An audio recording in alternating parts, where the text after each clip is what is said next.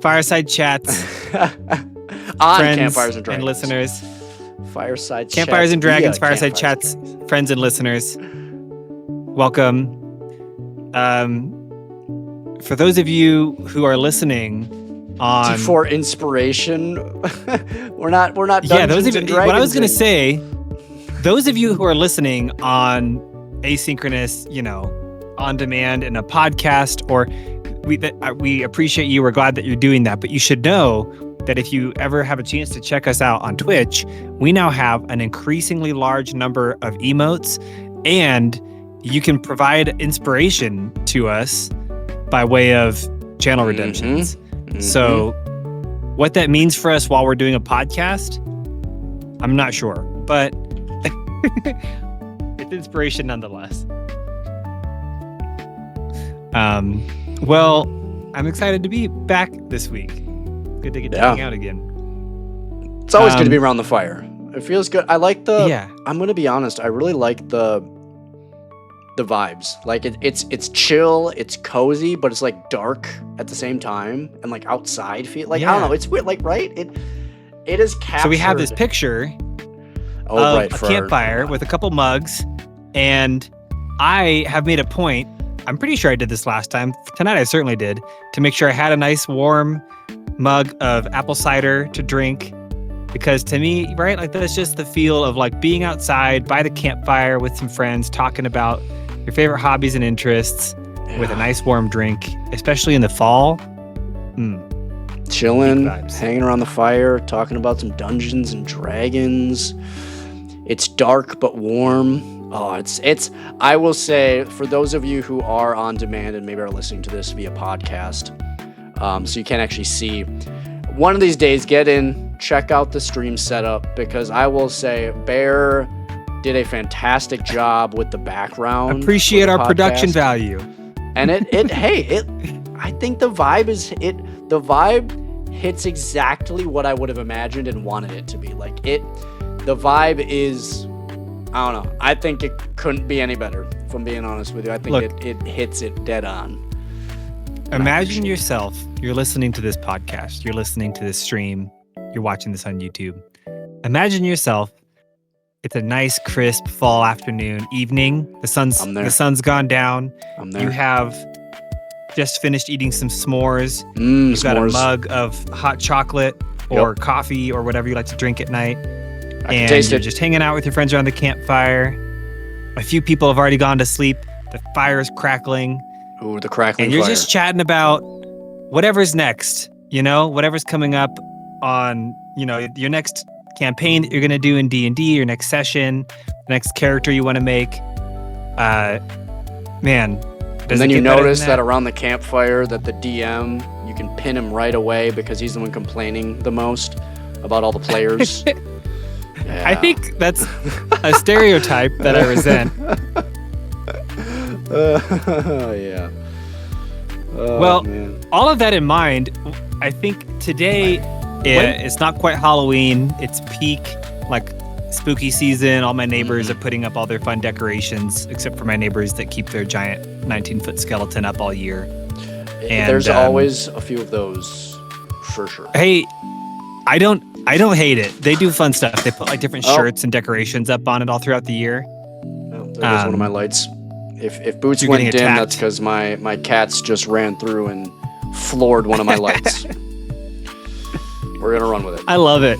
We're gonna run with it. You would think that not having children, that life is just so simple. I tell you what. Nope. Get 3 cats. No. Yeah. Or 3 kittens. And see what happens. But because it's the middle of spooky season, there's been a lot of people talking about, like, as Christians, how do you celebrate Halloween, if at all? Like, should you go trick-or-treating? Should you dress up? Do you go to your church's harvest festival? Right. And I'll be honest, I don't want to worry and wade into all of that. But I do think it just begs similar questions about D&D. And so we were talking about that a little bit and just kind of thinking about how I think there's a lot of people who have never played D&D or are just kind of wary of it because it's like, hey, I don't know. Satanic panic of the totally 80s. Right. Like, is it creepy? You're casting spells. It's all evil. There's or other is gods. it evil? so should I just stay? I better to just stay away from it altogether, right? And we would disagree. I think that obviously we're doing a D&D campaign and as Christians, and so we thought that would be a good thing to talk about a little bit. Just like, why do we think that's okay? But also, are there things within D&D that we would say maybe, hey, like if you're a Christian, there are some things. I would say there are some things within D&D that probably are good to just like no reason to step over those lines. For sure. And so we could talk about that a little bit. I think is a good idea. Yeah, and I mean, That's some kinda of the what we're things thinking too for is with Saint Bear versus myself, even known we are great friends, we hang out all the time. We might have different viewpoints on this because some things that I may see as a Christian is fine, he may not, and vice versa. So the other thing too to keep in mind as we're digging into this is everyone's views are going to be different. We're just trying to give a broad spectrum of suggestions or thoughts. Yeah. But at the end of the day, we're not an authority, exactly. but just offering our perspective. Yeah. Exactly. At the end of the day, everybody has what they need to abide by, because some people are going to have problems with certain things that I personally don't. And I was going to say, to me, that's like my first main point is ultimately, I think the most simple thing is to follow your conscience. Mm-hmm. And if you're, I've talked to people who they're like, man, I just based on culture I grew up in or the home I grew up in or whatever, there's all these reasons why they felt like, yeah, I try really hard to stay away from anything that just feels wrong in their spirit or something. And they're like, D&D feels that way. And so they just don't. Mm-hmm. And I think they shouldn't if they feel that way. But, that's the concept of like Christian liberty. And there's certain things that the Bible just doesn't talk about one way or the other. Right. And so, I think that that's something that people, at the most basic level, people should follow their conscience. But I do think there's times when people may feel like there's something wrong with something, and even in their conscience, they might be like, oh, maybe this is wrong, but it's partially because it's unexamined or they haven't really thought that much about it. Mm-hmm. And so we're here to help maybe navigate some of that. And one of the things too, one more thing to bring up before really diving into this is a lot of these things, as I was kind of contemplating these throughout the day, as I was kind of getting prepared to be like, okay, what points do I want to touch on here? A lot of them are viable for both just Christian viewpoints and just genuine D&D play. Some of these things, might be a hot take, are disruptive for genuine D&D, whether you're trying to have a Christian perspective or not. There are a few things that I'm personally going to bring up that if you want to improve your D&D campaigns, it just works. And with the fact that it just aligns with Christian values is a coincidence, or maybe that's just how Christianity is. It makes sense. But I will say, whether you are Christian or not, a lot of these things are viable and make sense and will improve your games around the table, just because some of these things are issues regardless of if you're trying to play with Christian viewpoints or not. And I just want to bring that up for those that may not be Christian who will listen to this, and you're welcome here, and by all means chime in. I'd love to hear your viewpoints as well. Yeah, absolutely. Well, I think that said, how do you want to get into it? What's our first kind of key way that we want to start talking about it? So I'm thinking we can do one of two ways. Bear, what I'm thinking is either we both take one at a time and kind of go into one of the things on our list that maybe we deem as a possible problem area, or we bring up a general topic and then we both chime in on it. It just depends on how close our lists are. That's the key. Yeah. I think we take turns and we can comment on each other's things. So yeah, you go first. Start with something. That works. What's an area that you would say when you're playing D&D you would try to avoid, or you think is a line that you would not want to cross, or you would discourage your players, or whatever, however you want to say that. Things that you try to avoid. Right. So one of the disclaimers that we brought up in the last podcast episode was having open communication with your players. This is key. Absolutely important. Players at session 0 should know how your campaign is going to be run. They should know the do's and don'ts. They should understand where those lines are. However, sometimes things don't always, get thought of right out the gate. Sometimes things are, you didn't think you had to bring it up, and then it happens.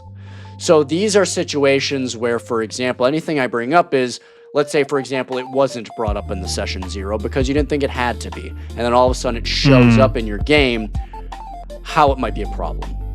So, for example, in the games that I run, or have ran, I don't currently run any games, but the games that I have run, one of my biggest rules is no romance. I do not have romance in Dungeons & Dragons campaigns that I run for a few reasons. And first I'm going to bring up, because we're talking about it like Christians in Dungeons & Dragons, so first I'm going to bring up from the Christian perspective. One, if we in our lives live in a way that is of Christian values, which would be, again, everybody's different. Some people in Christian circles would forbid people from living together before they're married. Or the biggest one is sex before marriage, things like that. And everybody is different on the spectrum when it comes to those things, and we're not going to get into that part of it because that's not what we're talking about. But sexual themes can be an issue in Dungeons & Dragons for sure. And with those sexual themes, one of the biggest things that it comes down to is, when I say relationships as a whole, I'm not talking just players getting romantic with players or NPCs. I'm also including that topic of sex. So for me, when it comes to being a dungeon master, at my tables, one, you don't want to have a bromance with your bro, because let's be honest, if there's a girl at the table, that's not as common as a bunch of guys. Let's be honest. It's not going to be as common as a bunch of guys. You're so we've had this exact conversation with some of my buddies where we were like, dude, you're here, and every time I bring a female NPC into the scene, the first thing you guys are trying to do is sleep with them, but I'm the female NPC. I'm just your bro. Like, why you're are romancing me, guy? I don't know. You're married. This is no. This is just weird. It's not no. Yep. So, one, from a Christian perspective, there isn't D&D stereotypically does not foster an environment for monogamy and strong Christian relationships. Let's be honest. So, Christian standpoint, staying away from romance and things like that within a game is just a good rule of thumb. And this is Tadpole. This is the one that destroyed my light over there. You know what's interesting though? I think this is a really good point, because maybe I'm wrong, but there's nothing inherent to D&D that actually makes it beneficial or helpful. There's nothing about the game mechanics that encourages like just going and trying, like the joke is always, especially if you're a bard, that like you're always going to just try and sleep with people and like you're going to try and roleplay that. And right. There's nothing about the game that actually rewards that in any inherent way, but it is such a trope that like every campaign I've been in with any group of people, that at least outside of this one where it's a group of Christians, that is always the direction it goes. Mm-hmm. And candidly, maybe this is a hot take. I think some of it is because that feels like an easy joke, like an easy win, to just be like, oh, well, I'll just make the joke a sex joke. You know, as a kid, sex jokes are easy jokes to make, right? And so there's a real part of me that is like, is that all it is? Or I don't know. But I do think it makes the game more interesting. Even if you're not, whatever, I'm not trying to be a prude about it. I just think it makes it more interesting because it takes away the low-hanging fruit of like just easy jokes to make. Right. And it challenges people to be a little bit more creative. And it also just, so it keeps the game more interesting instead of just always being like, oh, a new NPC? Well, we're going to go and try to like seduce them. And it's like, do something new with these characters. So I agree in a big way. I'm curious for you, what are the main ways that you try to just, like, you can just say, like you said, before you even start session 1, you can just lay out the rules and tell your group, hey, these are the things that are off limits. And I think that's really smart. Yeah, but do you have other ways that you try to discourage certain things as well within the game itself? So one of the things that I will bring up, because it's really, my OCD's like, that light is gone, so I'm like super dark. Tadpole, you are just causing trouble. So one of the things that, come on, Tadpole, can you lay down at least? I didn't think to close my room to keep out the cats. One of the things that I want to bring up when it comes to like, there's no advantages to romance in D&D.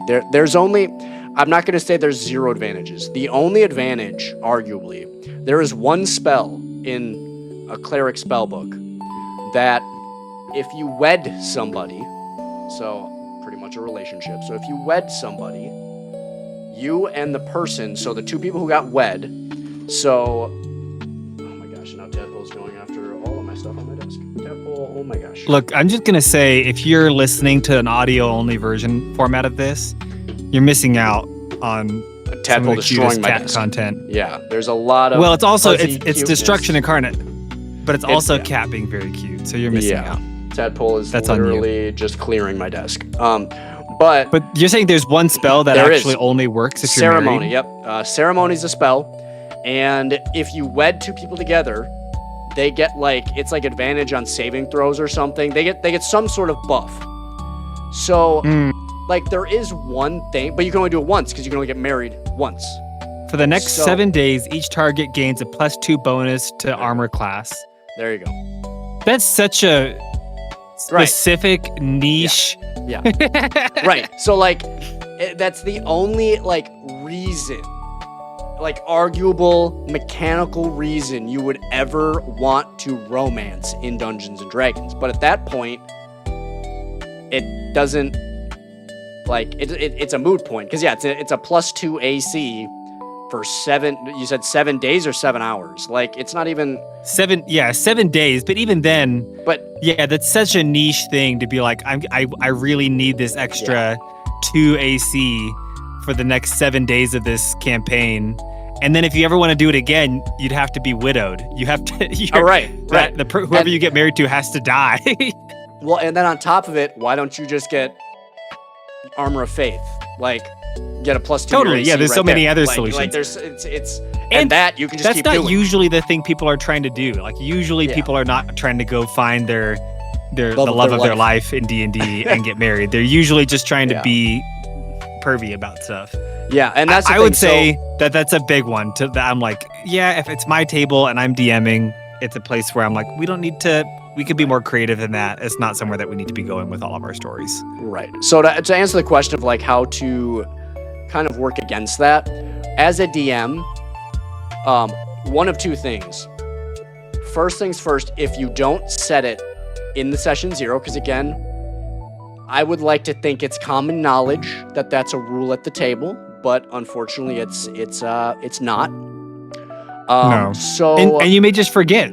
Or like there's so many things that you might want to... Exactly. Yeah. If you just forget. So like if I forget and I had to implement it in the game, obviously I would have a conversation after the game to let everybody know. But as it's happening in game, a few things that I do, a few deterrents. One, NPCs do not react to any sort of advancements. Let's be honest, D&D players are not exactly, nonchalant about hitting on characters. It's pretty obvious. So I just put a kibosh on it right away. The characters do not respond, and if they do respond, they respond hostile. So it's immediately setting the precedent for, if you continue this, bad things are going to happen. Yeah, like, totally. If you go into this bar, and the barkeep is a woman, and you start hitting on her, I will stop it, as in the barkeep will not even acknowledge. And then if you don't stop, the barkeep doesn't even let you stay there for the night or charges exorbitant prices to make up for that fact. So it's one of those situations where I like just get it out. I do not give an inch, because if you give an inch, they'll take a mile. So it's one of those where I just like to get it, boom, right out of the way, right away. And then say they keep pushing, say, I ignore it, they keep going, I act hostile, they keep going. Then that's where that level 20 retired adventurer who happens to be a barkeep pulls a knife on the party. And the person who's hitting on them gets grappled, and they now have to decide, are you going to apologize, or are you going to roll a new character? Yeah. I'm a big fan of natural consequences to things. Like, the other one that I've had is, and like this isn't a hard and fast rule for me, but it's like similarly, because for some reason taverns are such a like staple of every campaign. You always end up in taverns. I also have found that it's pretty common that people want to end up being like, oh, my character's just going to get super drunk and then they're going to do all these stupid things. It's kind of an excuse to have their character make poor decisions, basically. And it's something where I'm like, if you want to have your like role play that your character gets drunk once, we're not trying to play perfect characters. So I'm not going to make it a rule that you can never have your character get drunk, because it's a thing that an adventurer might do. But if it's something you're doing all the time and you're making it like a key thing that your character is all about, and it's just causing problems, it's not fun for the other players, it's not fun for you as the DM, I just start implementing natural consequences to things. So it's similar to you being like, hey, if you're constantly trying to hit on NPCs, in real life, people don't respond to that well. Right. And so these ones won't either. Same idea. I'll just be like, okay, now the next day you didn't actually get a short or long rest. You don't get credit for a short or a long rest, and instead you get exhaustion. Yep. Because guess what? You've got a hangover.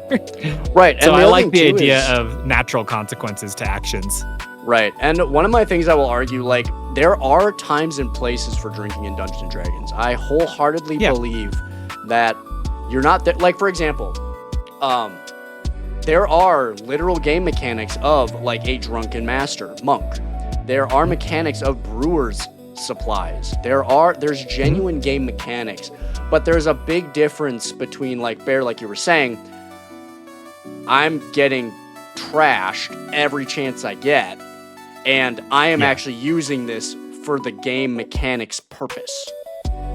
Yeah, because and like I'm doing it and everyone loves it and it's funny. Like, are we casting it in a light of like, this makes me the best character and everyone loves it and we're like praising alcoholism basically?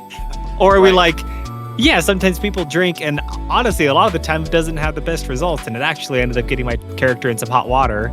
And you know, not that everything in it has to be like sermonized, but it's another area that I usually try to have some consequences to actions. Just you should. I could not agree more with you on that. The real only places where I will say, you know, drinking is a game mechanic is if you're using, like, for example, a classic situation is, you know, you're playing a barbarian, you end up coming across a barbarian tribe, and you need to get good relations with that barbarian tribe. Well, I'm going to be honest with you. There are two stereotypical ways you are going to get good relations with a barbarian tribe.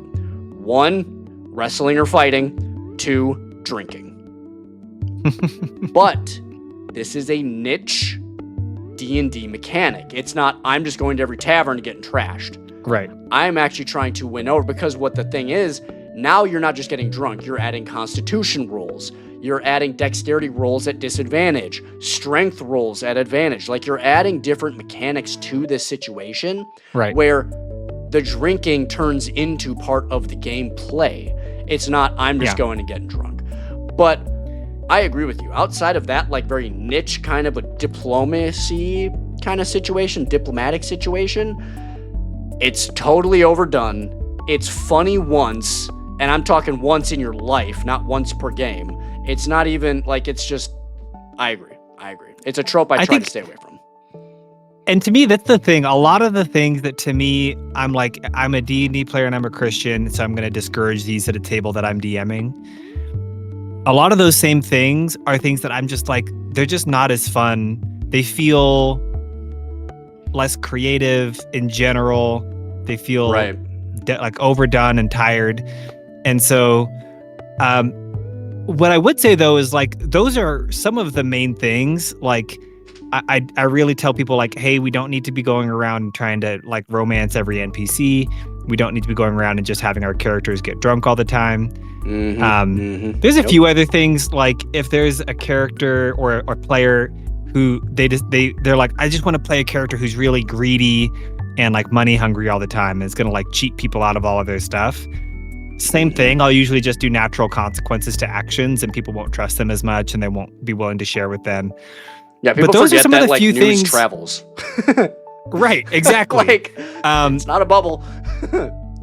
So in general, I'm not trying to force people to play. There's a few things that I will just say, like, hey, I'm not going to DM a table where everyone's going around and trying to have sex with every NPC. But other stuff, I'm like, if you're just going to play a character that is a jerk, then there's just natural consequences to your character being a jerk, and they probably won't be that fun to play. And that's all kind of on you, but I'm not going to force anything. I will say what I don't personally feel any conviction about or feel like is a thing to avoid is like spells or like doing magic. I think to me that falls very squarely in like fantasy is fantasy, and I can separate reality from fantasy. And I actually was listening to a talk that Gary Gygax did one time because he's actually from my neck of the woods, by the way. Yeah, well, he's dead, isn't he? He is, but he's from my neck of the woods. Oh, yeah. He was a person of faith. I don't know that he was Protestant per se, but he at least believed in like God and had a faith system. And regardless of whether or not he was a great guy, I don't really know. But he was talking about how he was like, people at the time, he was like, yeah, a lot of people and Christians feel like this game is so evil. He's like, I didn't feel that way when I made it because it's fantasy stuff. It's like, I know that fireballs aren't real and neither are orcs and wizards. And candidly for myself, I love things like the Chronicles of Narnia. I love things like Lord of the Rings. And I trust, I mean, if nothing else, I trust the discretion of people like C.S. Lewis and Tolkien, who are much smarter and wiser than myself. And if they're fine with writing characters and telling stories that have fantastic spells and all kinds of crazy magic, then like I'm not that worried about it. So I agree. That kind of stuff does not bother me. There's really nothing in the way of magic that I've seen in the game. I'm much more concerned about the much more practical stuff, the almost the more mundane. I care more about if you're trying to be greedy and like a jerk than if you're trying to cast the relational spells. things, like, for sure. Yeah, the things that are real, right? Because those are things that are real life things that you are now kind of taking this opportunity to role play sin. And I'm like, don't do that. Role play fantasy magic casting spells all day. Don't use D&D as an opportunity to role play sin. Right. And that is something that I'm going to be much more careful about. So for sure. I don't know. That's kind of the primary lens that I try to think through. Right. And to go off of the spell thing, the biggest kind of on the fence that people are on is like, I don't know how I feel about clerics or paladins. Because I have to, as a Christian, role play a character that believes in another god. Which, that's a valid concern. Yeah, I get that. That's a good question. Yeah. And I found that for me, if I was someone who grew up as a pagan and I struggled with old pagan ideology remaining within my spirit, then yeah, I should not play a cleric. I should not play a character that does imbue this idea of worshiping another deity. Now, for me as a player, I'm currently playing a barbarian who's a zealot for Foltest and a cleric, ironically enough. And it's one of those where the role play is so far separated. It's so far separated because I am playing a game. The characters are the ones that affiliate themselves with the deity. Boots does not affiliate himself with the deity. Boots affiliates himself with God, Jesus Christ, our Lord and Savior. The character affiliates himself with Foltest. So having that separation, zero problem. I don't think there's any issues at all in any way, shape, or form. Only if that issue is for you specifically because maybe you had converted from paganism or witchcraft or something of that nature, then it would make more sense. Okay, maybe I should stay away from spells. Maybe I should stay away from clerics and paladins. Maybe I need to focus. I can play a fighter. I can play a barbarian. It keeps me away from those aspects of the game. That makes sense. Yeah. No, I think that's a great point. And it's a great example of where it may be different lines for different people for good reason. For sure. But I definitely agree that in general, I also don't mind. And I know some people who feel differently and depending on the setting. I know some people who, especially if they're actually doing D&D like with a church or like with a youth group, then they're going to create a monotheistic world. And they're going to, if your character is a cleric, they're a character of that one monotheistic god. Right. And that's totally fine. I personally am much more in the like line of thinking of like, this is a fantasy world, again, a lot like, say, Lord of the Rings or anything like that. And I think of the quote unquote gods or deities or whatever in these worlds in a lot the same way that even the Bible talks about like angels and demons. It's like there's these creatures that are kind of mysterious. And as far as like even in the campaign we're doing, as far as I'm concerned, there is some ultimate deity that is the creator of all of this stuff. But in this world, there's also these like all these kind of angelic or demonic things that you're having to deal with. And some of them are good and some are bad and some are complicated. You see that in the Bible. You see that in lots of fantasy and Lord of the Rings. You see that in so many things. And I look at that and I'm like, that's fine. These are communicating concepts. And so again, to me, the bigger thing would be like, a small thing that's maybe a good example from this so far. Ghana has a connection with this Merid that's in the ocean. And I have been just really on this kick learning about how in the Bible, the ocean is often used as a symbol for chaos and destruction. And land is then kind of this contrasting example of like order. And so I very early on decided, I'm going to use the Merid and the Wild Mother to kind of represent. The Merid is going to be a little bit more chaotic. He gives him a powder keg to try and blast his way through the first problem, where the Wild Mother is going to represent more order. That's not canonically true to D&D. That's just something that I thought would be an interesting thing. And so to me, I'm using these guys to communicate things that I think are true and interesting. And I'm way more interested in that than what would be a problem is if someone's using these symbolic characters or these deities or whatever to then say like, and all of the characters are going to go worship, Bacchus, the like small g god of like wine and fertility. And so let's all go to a party in the forest and like I'm like, now let's not do that, right? Right. So like what you're doing with them and what you're trying to communicate about the world and truth and whatever through these characters that you put in is one thing, but just having the characters in the first place. Like, I don't mind watching Hercules. I don't mind reading Lord of the Rings. Right. So. Right. Yeah. But yeah. So being able to separate the fantasy from the reality, I think is valuable. For sure. Now, kind of like a segue in between, because I know you said something about, that evil, like not being an evil or being mean or going out of your way to hurt people and things of that nature. Now, one thing I want to bring up before we kind of dig into the next topic, which is a very popular topic in most video games as well as D&D.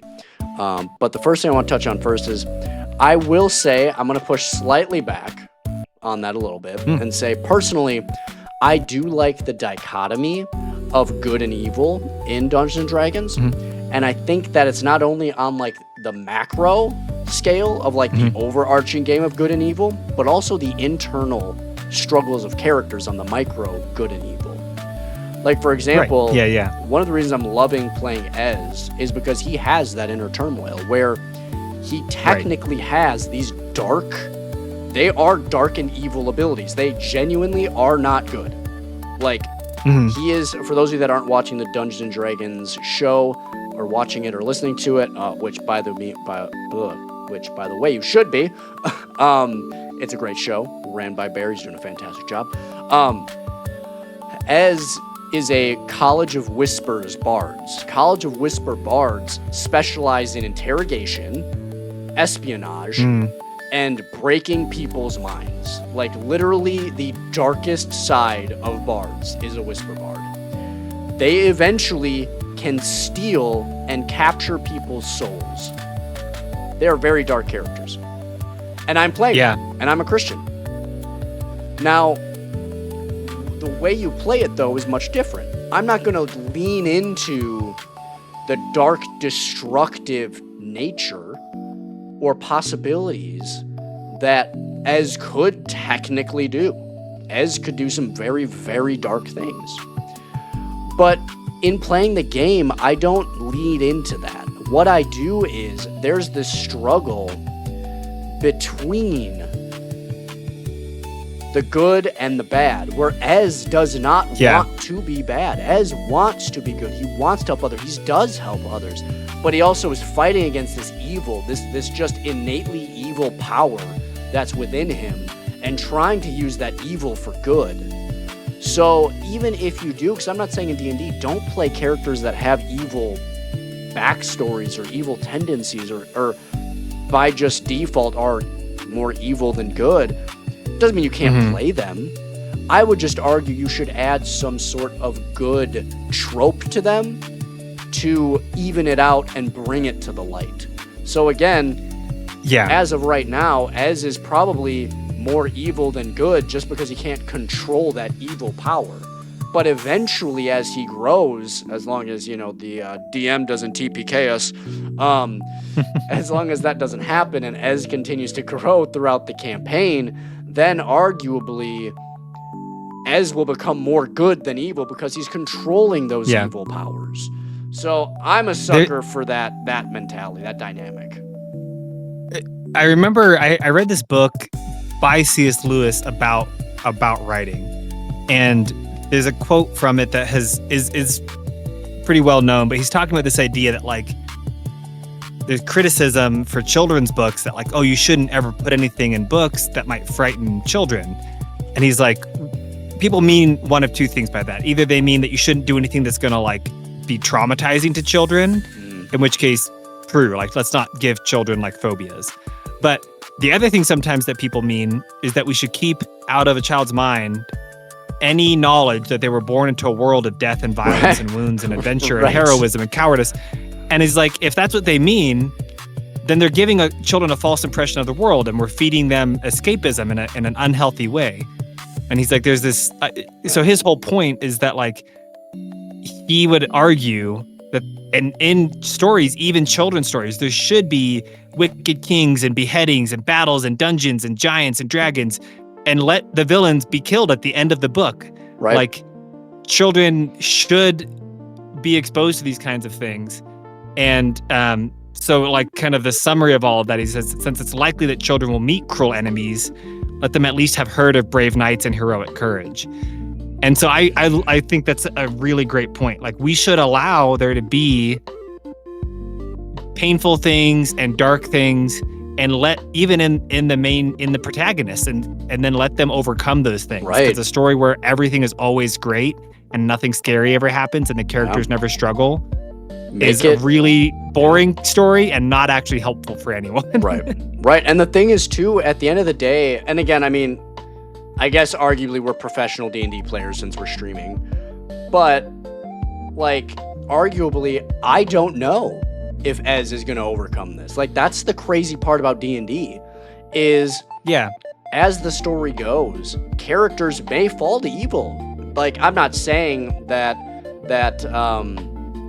Ez is going to, but like in theory, depending how the campaign goes, if there are certain turning points that, maybe it's a role that dictates it, maybe it's just the way the story goes, Ez could become one of the big bads in the game because he didn't overcome it. So it's also that very real fact of the world where some people unfortunately do fall away, but we should still fight to not let that happen in the first place. Yeah, and I think the main point in all of this is just like what is the point you're trying to make with all these things, right? So if your point is the story that we're telling is that it's super fun to go and hang out with Bacchus in the forest and to have your characters go and get drunk and have sex parties all day and to do all kinds of horrible evil magic and interrogate people and torture them, then like that's not a good story to be telling. Yeah, what kind of story is that when that happened, it was really bad and all these horrible things are coming from it, and then when people overcome those vices,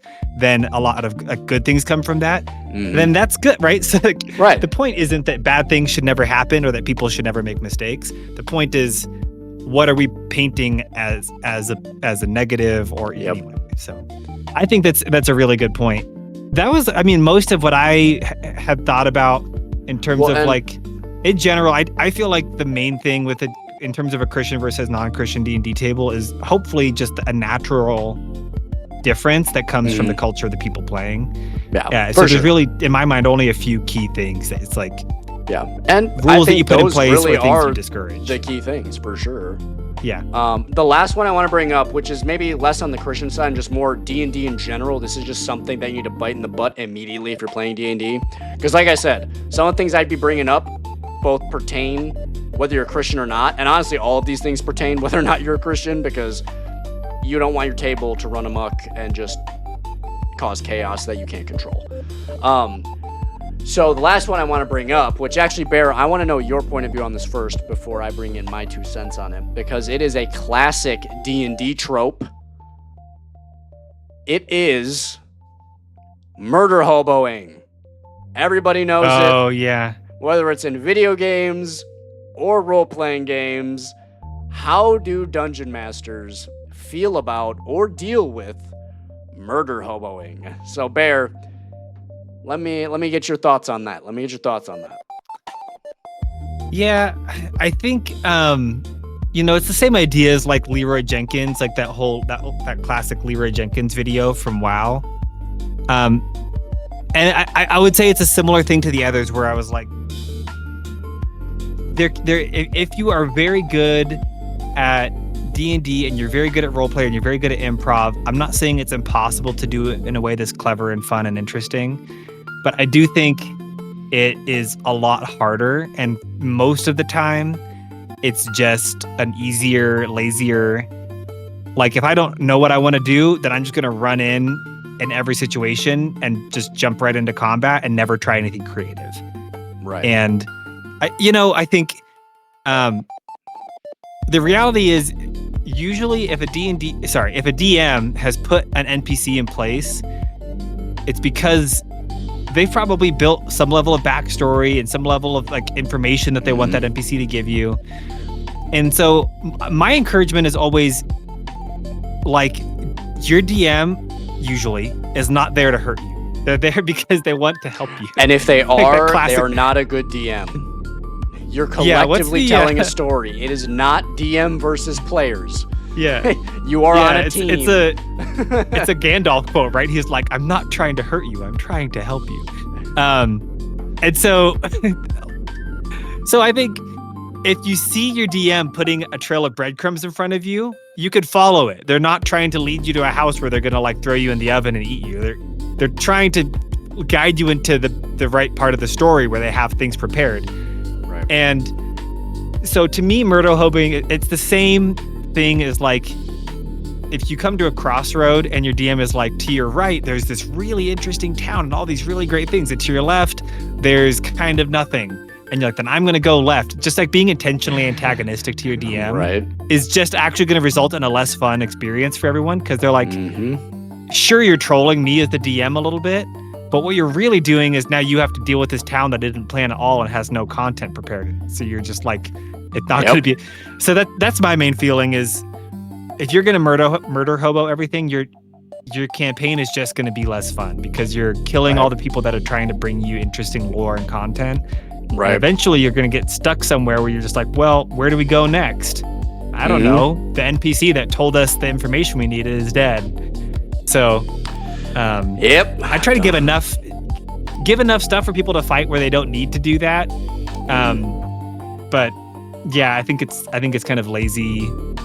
It's lazy thinking usually when people, that's their only gimmick that they know what to do. And it's people are too afraid to roleplay. Yeah. Simply put. Like, as the DM, I will always, I mean, outside of don't get me wrong, you can't RP your way out of every fight. It's not possible. No, it's true.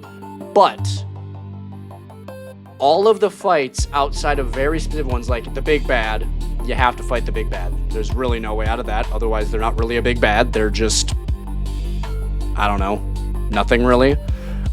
So there are certain key fights that will happen, but the majority of the time as a DM, I always give the party options of you can realistically RP your way out of anything. Like if you roll well enough, are convincing enough, have a genuine thought on how to go about it, I will give you a shot. I'm not saying it's going to always work, but you can at least try. I will always give that option as a DM. I don't think that every single combat should end in everybody dying. Like, I have even as a player, one of the games that I'm playing in, I am playing someone who is ironically very Christian, funny enough. And the interesting thing about them is they went out in the forest and someone's being attacked by a bunch of kobolds. I would argue 99% of players would have gone in, guns blazing, killed all the kobolds, called it a day. This character went in and did fight the kobolds, but knocked every single one of the kobolds unconscious and did not kill a single one of them. Mm-hmm. And then instead turned in the kobolds to the local authorities and return all the stolen goods. So there are ways, whether you're a player or a DM, there is always ways to go about playing the game without just killing everything. And honestly, I will say, oh, go for it. No, yeah, go ahead.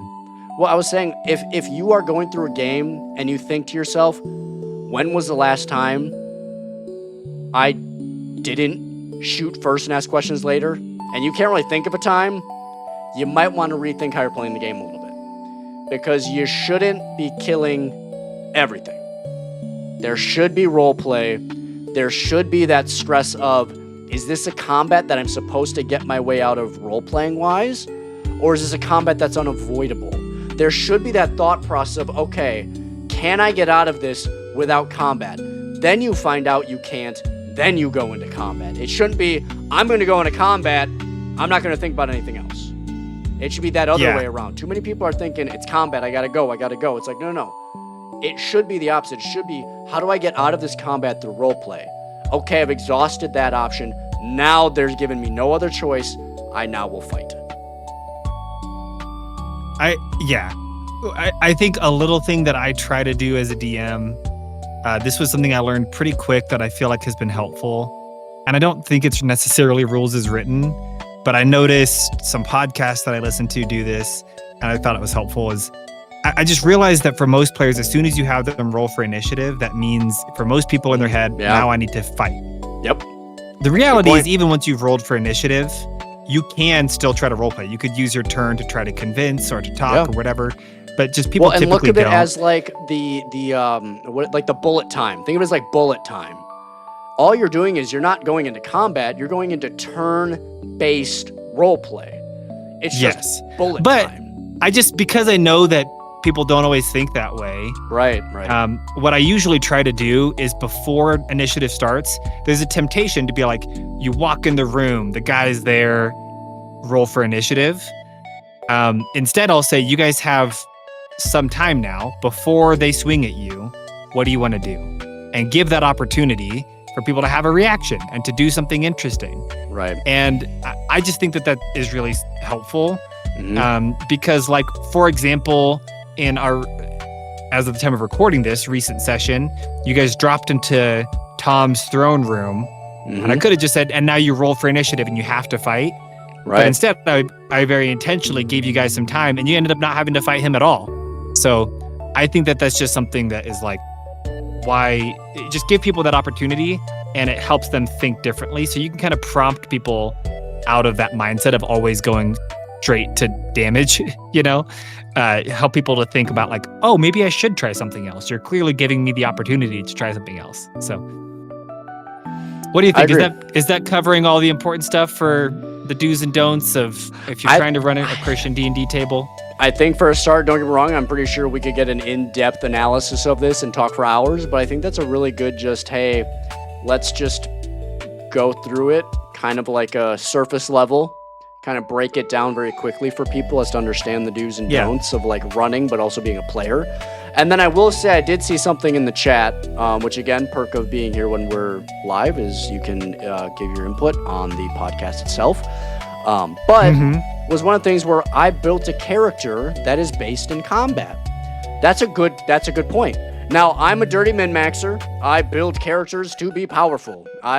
Realistically, the character I'm playing in our current campaign, his name is Ez. He deals some big damage. He is a damage dealer. He manipulates minds. He is destructive. However, even when I built him that way as a player, because that's just how I play D&D, I like to deal big damage and manipulate the battlefield as much as possible, it doesn't mean you can't roleplay. It's that balance of I built this character to fight, so my character would do this, and I am the player and I want to do this. Where's that balance of my character would do this, but I would do this? So it's finding that mentality of you don't always have to play what your character would do. You are able to, as the player, change. It's not like people don't change over time. Just because your player mentality is I want to role play, but my character mentality is I want to fight, doesn't mean you have to fight. At the end of the day, you are the player. You have final say. You don't have to be confined to what you believe your character would do. I think it's actually a dichotomy of you and your character and the player coming together and playing the game as one. So you're taking elements of what your character would do and elements of what you would do. Because in theory, you are your character, essentially. So what you would do is valid. So don't think that just because your character would do something, you are required to do it. You never are. Yeah. I have done many things. Like I said, realistically, if I went by lore, canon, all of that, Ez would be evil and he would be doing some dark things. But he is not. Because the player doesn't want to do that. Absolutely. But I think that's very good. I think it's a great point. Yeah, so hopefully that answered that question there a little bit there. And now that we're wrapping up, just wanted to do a quick shout out. Dad jokes. I love that joke. I appreciate it. Thank you, my friend, for stopping in. This is Fireside Chats. We're part of Campfires and Dragons. We're playing a Dungeons & Dragons campaign every Sunday. So you can stop in if you like watching some Dungeons & Dragons. We play every Sunday at 1 p.m. Central Time. And then if you're looking to catch up, we have all of our content on YouTube. So we have all of our session zeros. We have all of our sessions up until this point. We will also be uploading different little things, just like the podcast as well. But we're so happy you're here. Thank you so much for stopping in. And I really appreciate that joke. That was fantastic. And I appreciate that. But thanks for stopping in and welcome to Fireside Chats. Oh, they turn up their air conditioning. Yeah, the AC. Because the Paladins have Armor of Faith, which, dad jokes, you weren't even here for. We're actually talking about Armor of Faith like 20 minutes ago. So this is like dead on. It's hilarious. But I think we're gonna close down this episode of the Fireside Chats.